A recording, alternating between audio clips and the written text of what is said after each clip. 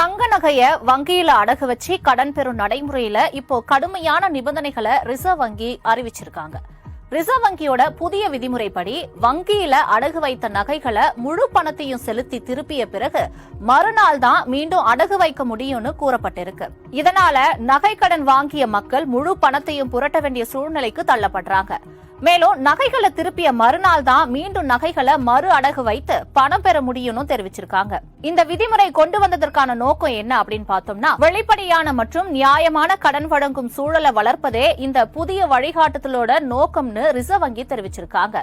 ஆனா ஏற்கனவே தங்கத்தோட விலை நாளுக்கு நாள் அதிகரித்து வரக்கூடிய இந்த சூழ்நிலையில ரிசர்வ் வங்கியின் இந்த அறிவிப்பு ஏழை எளிய மக்களுக்கு, குறிப்பா நகை கடன்களை பெரிய அளவுல நம்பி இருக்கும் குறைந்த வருமானம் கொண்ட குடும்பங்களுக்கும் நெருக்கடியான நிலையை தான் உருவாக்கி இருக்குன்னு சொல்லலாம். அது மட்டும் இல்லாம ரிசர்வ் வங்கியோட இந்த புதிய நடைமுறைக்கு பல்வேறு அரசியல் தலைவர்களும் எதிர்ப்பு தெரிவிச்சு இந்த புதிய நடைமுறையை திரும்ப பெற வலியுறுத்திட்டும் வராங்க. Download ShareChat.